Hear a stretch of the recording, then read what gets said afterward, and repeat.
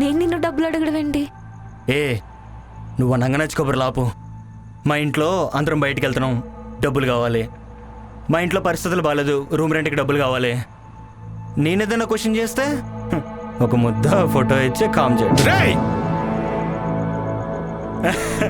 వా అంకుల్, ఒక విషయం, మీకు ఈ స్కామ్లో హ్యాండ్ ఉందా? రేయ్ ఇంకొక మాట మాట్లాడావంటే చెప్పు నిసుగుతాను.